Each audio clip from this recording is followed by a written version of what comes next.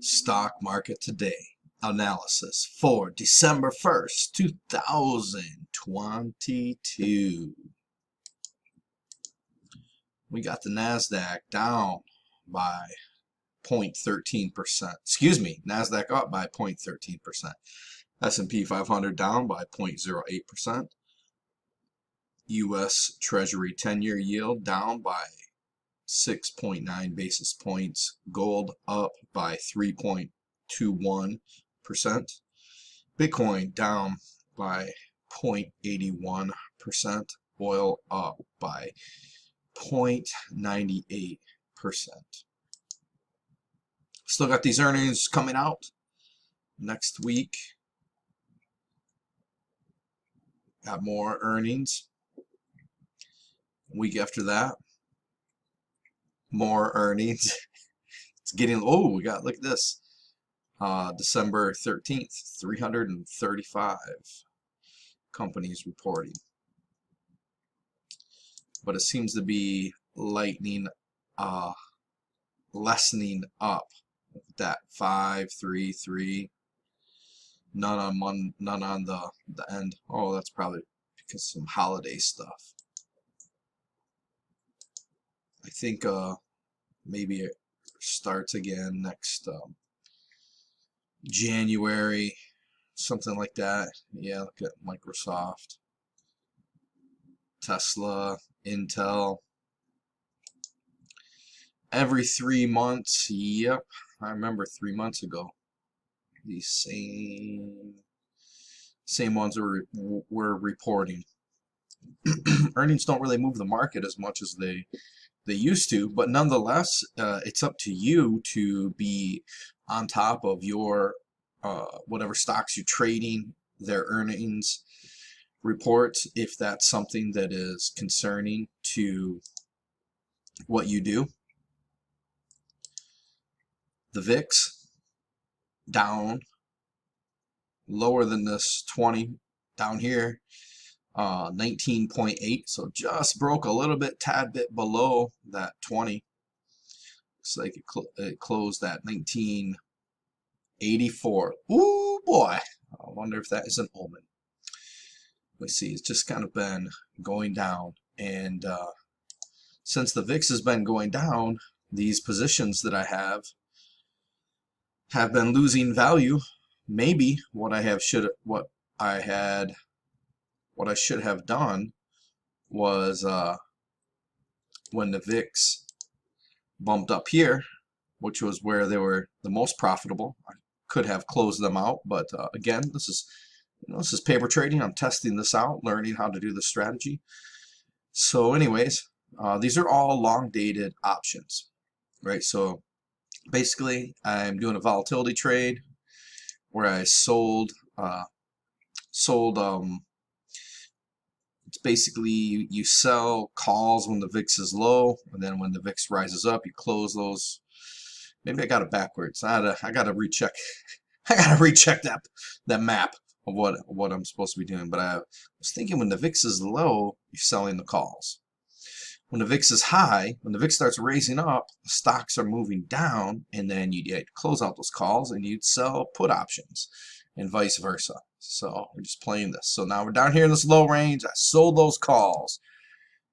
This one has nothing to do with that, and it's down by 60 bucks since I opened it.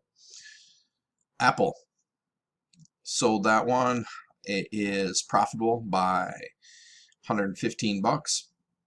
Amazon down by $12.50. Citibank profitable by $45.50. Coinbase, that was buying a straight put. See if it was going to. Let's check this out real quick. See if it was going to continue going down based on all this crappy news that keeps coming out with all those cryptocurrency exchanges scamming their customers and doing all that stuff.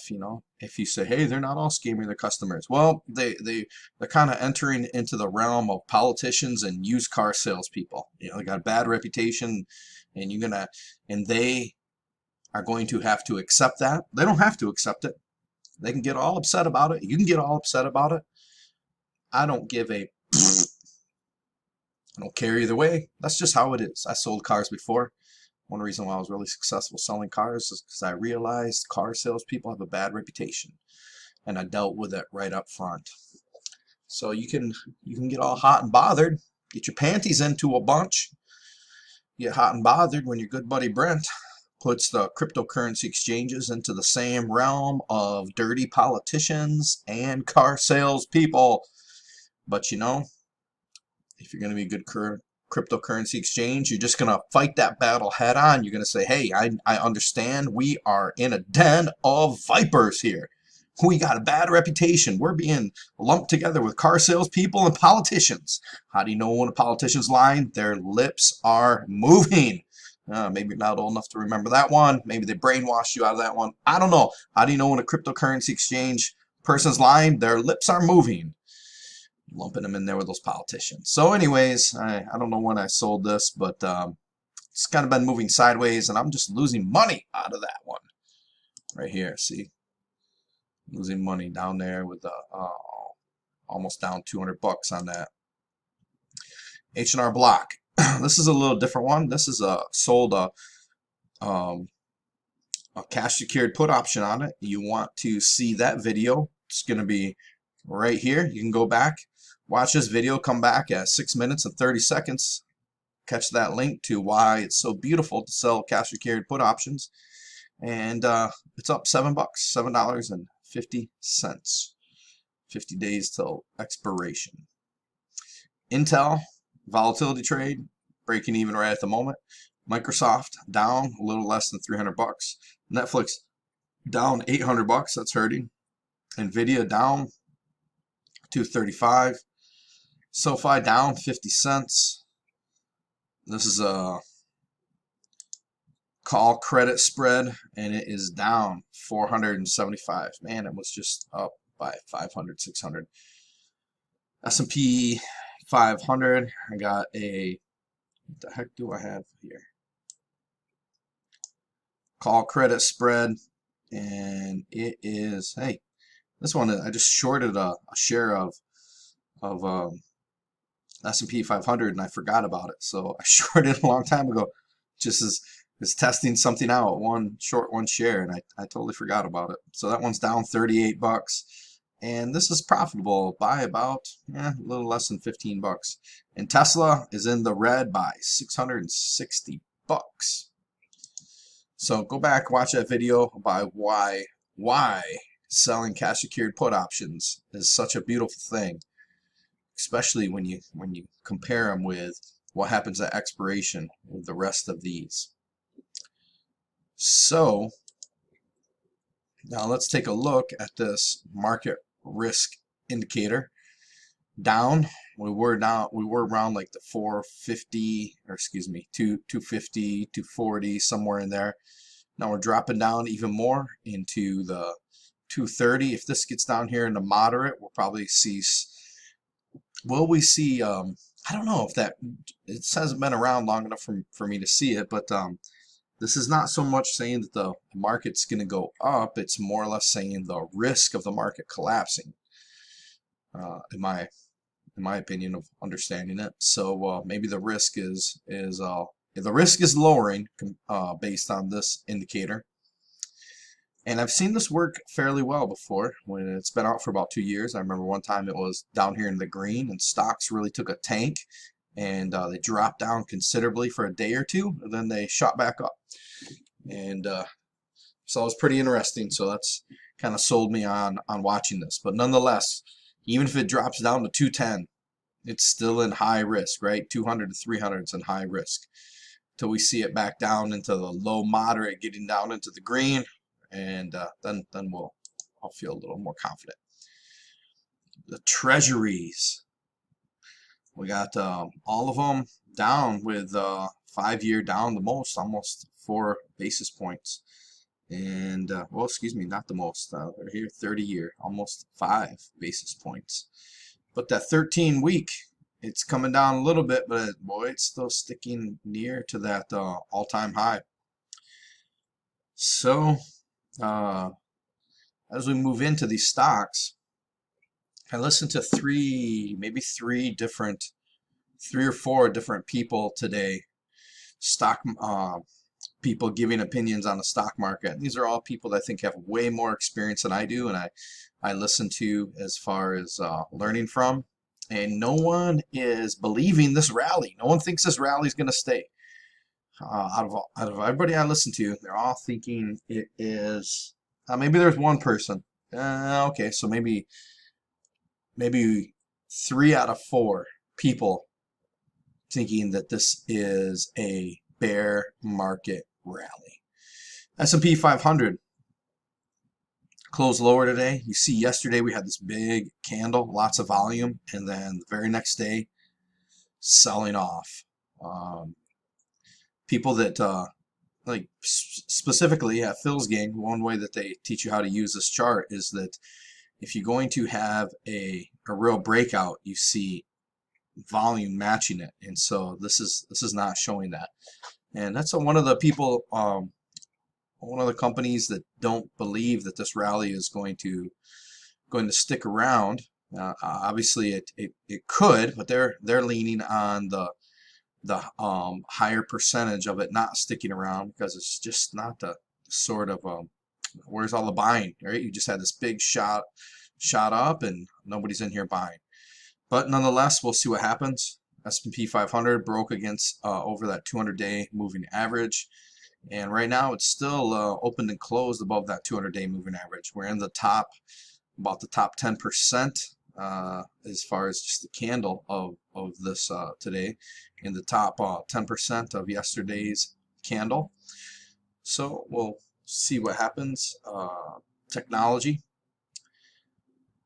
pretty weak. At least we got a green volume. At least we got more buyers than sellers, but the volume kind of dropped off a bit. We see that not enough to really, at the moment, to break out of this 200-day moving average there. Healthcare, which has been the strongest sector of the sectors that make up the S&P 500. And that one sold off, but it still is higher than yesterday. But man, look at all that volume. A lot of volume for not much movement. So we'll have to see what's going to happen, but it's not looking like a super strong rally. Financials, same thing, sold off. Now we're in the top 50% of this bull candle that we had yesterday, but look at that, equal volume, like all this buying volume, then just as much selling volume comes in. But so we're closing back down here, still kind of in this range, right? Here's our price right there, and still in this range. So maybe it's just topping out on that range. Consumer discretionary, same thing, just got a bit of a sell-off. Industrials, same thing. Everything selling off today for some reason. IWM, same thing, selling off with a decent amount of selling volume, but we are still over that 200-day moving average. Doesn't mean that we're going to stay over that. Could come crashing down. But we are moving into the holiday season, probably some light volume. Santa Claus rally as the CEOs of banks or whatever firms want to get their big bonuses for having stocks up at the end of the year. Qs, on a doji candle here with the red side. So looking like a weak rally. Maybe we're going to see it jump up. Dollar. Now stock's down, but look at the dollar just really dropped. Now the dollar dropped. When we get to gold, we'll see that it really affected gold, but dropped down here almost to the 200-day moving average. Big amount of selling volume coming in. We'll see what's going to happen if the dollar keeps moving down. It's probably some commodities are going to be moving up. 20-year bonds, TLT moved up. So for a while, what's been going on is as TLT was moving down, the stocks were moving down. When TLT started moving up, stocks moving up. So if that's going to happen, maybe we should maybe this would indicate that we need to see a bump up in the stock markets pretty soon. Look at all that volume. Wow, it's amazing. It's not a guarantee that we're going to see anything, but if that correlation is still connected, this is what we're seeing here. Somebody I was listening to today was saying like because right now we're at the 407, right? And I've been talking about this range from about like the 380s, the 380 range to about the 407, 410, somewhere in there. And if we're going to keep going up, our next point to see what's going to happen is going to be around this the high 420s, 430, somewhere in there. If it's going to get above, if it's going to break down and start going lower, then we're either going to be going into the sideways market or potentially back into a bear market, which there's a fair amount of people fair amount of sophisticated investors that believe that the bear market is not over. We will see, but if it gets above this, like let's say 430, and it's staying above 430, then maybe it's going to be over. You know, sometimes this contrarian play, if there's too many people on one side of the boat, means the boat might tip over. But you know, I don't know, when you got a lot of people that have a lot of experience and wisdom in making money in the markets, then they're not buying into this being over. So you know what to do. I'll tell you what I'm doing. I'm not worried about whether it's going up or down. I'm going to continue to sell cash secured put options on stocks I don't mind owning the rest of my life if I had to. If I get assigned, I'm probably going to be selling cover call options against them. Some of them some of these stocks I'll want to keep, and I don't really care how much I do care how much I paid for them, but what I mean is if I sell let's say if XLF was which XLF is not a stock that I do this on, but let's pretend it was, and let's say I sell a cash secured put option right here at 34 bucks. Let's say it drops way back down here to like 29. I'm not sweating it. I don't give two rips that it's lower. Why? Because these stocks that I'm doing that on, collecting dividends, I'm using it to reduce my cost basis, and I'm selling covered call options against them. Now, granted, if I buy a stock at $34 and it drops down to 29, I still got to sell this covered call option over 34 if I want to be safe about it, right? So I might have to go out in time. But I'm playing the tortoise game. You know, if I'm going to be I'm 45, excuse me, I just turned 46. If I'm 46, if I'm going to live to be 80 or 90, like, I don't care if I own these stocks for another 20 years and collect dividends. I don't care. So it doesn't matter to me if I have to sell 6 months. Is that my ideal thing of what I want to do? No, but I'll do it. Or, you know, sometimes I just I monitor it more, and I'll use some support and resistance, and I sell below that. And that can work out for me, but that's not necessarily the safest way. So that's what your good buddy Brent is going to keep doing, right? No matter what, I'm going to be buying income producing assets at prices that I'm comfortable with. Even if they go lower, then I'll buy more. But you got to do what you got to do.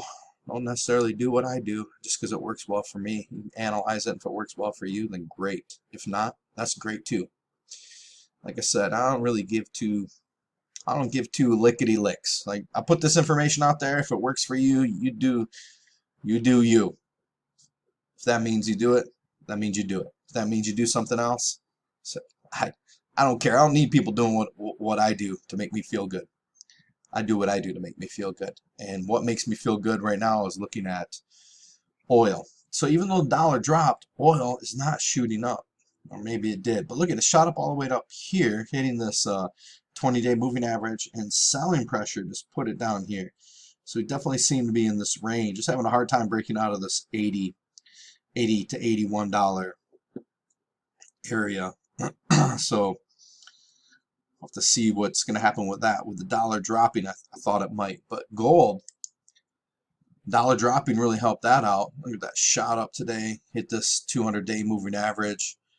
And so, well, some people are talking about is gold broke out. I've been following the price of gold for several years now, and it's sort of like what is it like? I'm just over this idea of like gold's going up, and then it doesn't go up. Like there's a lot of ways that gold can be rigged to the downside. So I like gold. I am a gold bug, but I'm not. I just don't care about the price of gold. And you know why? Because no matter what price this is, an ounce of gold is still an ounce of gold. Just because the dollar price goes down doesn't mean you lose a gram out of your ounce. So that's why I just stopped caring. And from what I understand, other than the U.S. dollar, gold is at all-time highs in other currencies. But if you're using the USD, that's what you're using. Now Bitcoin is still doing what it's doing. This is not surprising me at all. Rallied up. It's having a hard time staying above the 17,000. It's just a tad bit below it right now. I wouldn't be surprised if it went up a little more. What I would be surprised if it rocketed all the way up here and it starts testing this 21,000 area. I'd be surprised with that. But I'm not going to be surprised with if it falls back down, even if it goes up and tests this 1800. Like this is what based on these charts, this is what it's been doing, right? It drops, kind of goes up and down, but it does this sideways thing, right? We got a high, higher low, excuse me, higher high, higher high, higher high, higher high, and what's it do? It drops down to ultimately be going sideways, and it drops down, right? And it just drops down. So it kind of does this range sideways thing and drops down. So I don't know. I'm wondering, like, do these people that are talking about Bitcoin is going to 500,000 by whatever, like, I don't know. I don't know what's up with them. I have no idea. I've told you this before. If I think this whole idea of hodling Bitcoin, I think it's pretty stupid. Actually, I think the smart thing to do is trading. Right? Make some money on this downward trend. Make some money on this upward trend. Make some money on this downward trend. Make some money on this upward trend. Make some money on this downward trend. You can't do too much going sideways. You can try to be selling some options, sell some spreads, or I don't know, sell out of the money, call options, whatever, put options. But really, you think you're gonna have the easiest time shorting and going long. Swing trade it. And what that means is that if it's going to skyrocket to the moon, if it's going to 1 million, then you're gonna catch that right here. If it kept going to 1 million, let's say if it's going to go to 1 million and you're worried about missing out, well, it's got to clear 20,000 before it goes to 1 million, right? So maybe you buy at 20,000. Maybe you buy. It's got to go over this 200-day moving average before it goes to 1 million. So maybe you buy at 20,000. All right. So what? You missed out on what, 4,000, a little bit over 4,000 bucks. But what does it matter? You're gonna make 1 million. Bitcoin's going to 1 million, right? That's what everyone keeps. I don't know if everyone keeps saying that, but kind of grumpy today. Sorry about that. These Bitcoin people, man. Finally, I see some people like really calling out Anthony Papagliano or whatever that dude's name is. I think that's good. I think that's good because it was only like low-key conspiracy theorists that were talking about that guy's a CIA operative over a year ago. And so maybe he is, maybe he isn't. I don't know. But, I don't trust these Bitcoin people. That's why I'm like, open and close your positions. Make some money. Maybe trade on something that's a little bit safer. I don't know. I don't know. I don't have any advice for you. I don't know. I've told you before. I don't live in a free enough country that they will allow me to do this. I don't have enough freedom to trade Bitcoin, so it's not something I have to worry about. But you know what? I do have enough freedom to do. I do have enough freedom to paper trade, and I am.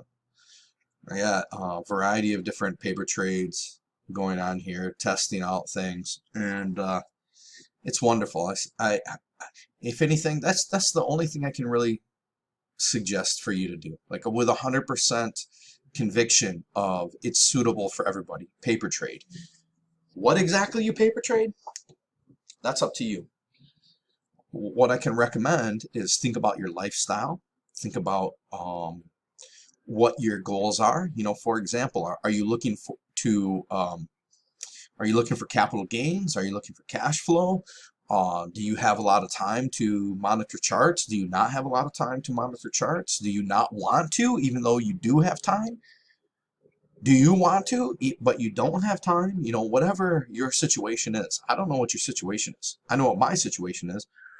My situation is I live in the state of Hawaii, which is several hours outside of the time zone that the stock market and most markets trade in, Eastern Standard Time Zone.